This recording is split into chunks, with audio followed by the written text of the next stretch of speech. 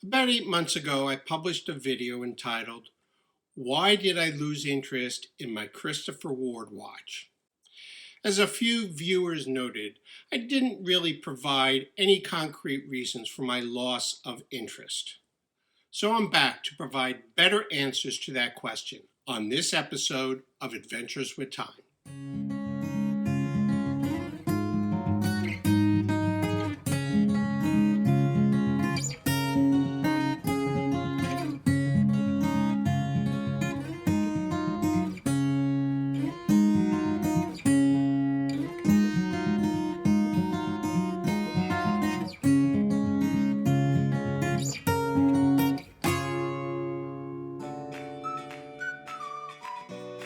Hello, and welcome to another episode of Adventures with Time.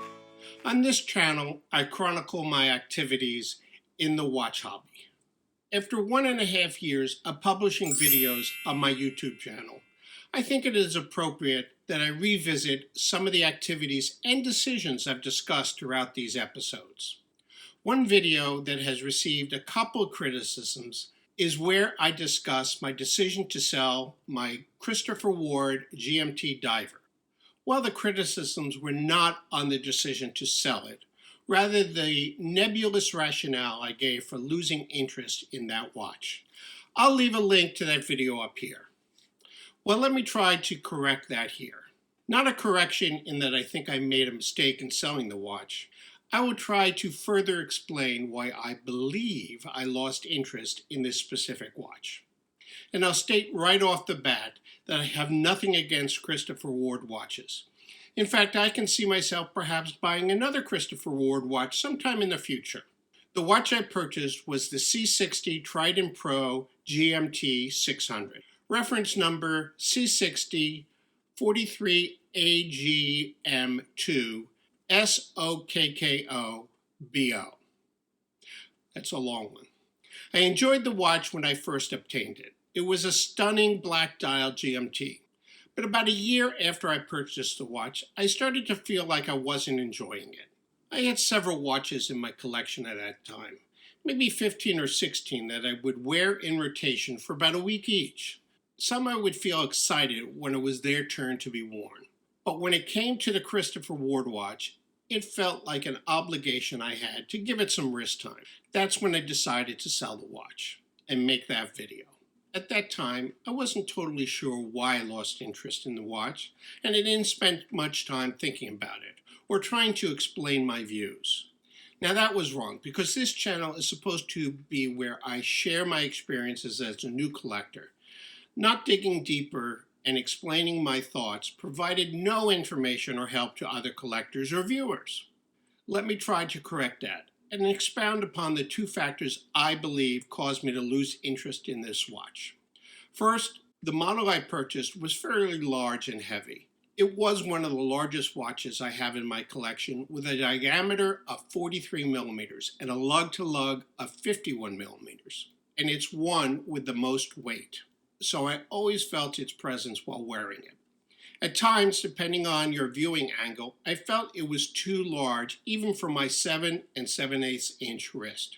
In addition to these physical specifications, I believe the style and design played a part in my level of interest. It's not so much that I didn't like the design, because I did. I found the watch to be a nice, clean execution of a typical dive watch.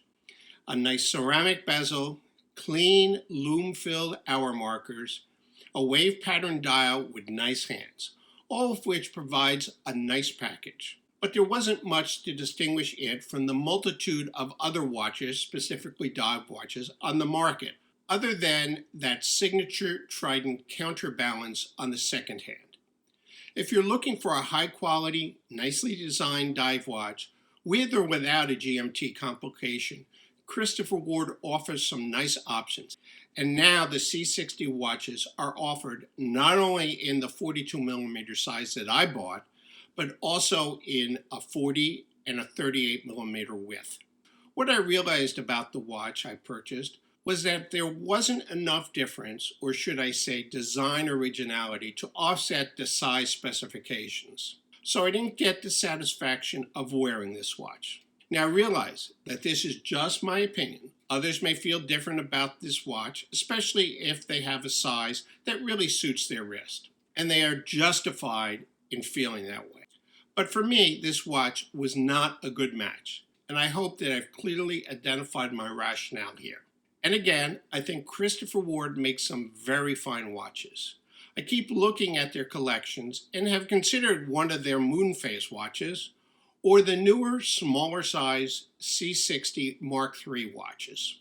But this was a lesson for me to more carefully consider the specifications and design of a watch before I purchase it, and if possible, to try that watch on in person. So thanks for your time and hearing me out, and until my next video, I wish you all the joy you can get from collecting watches.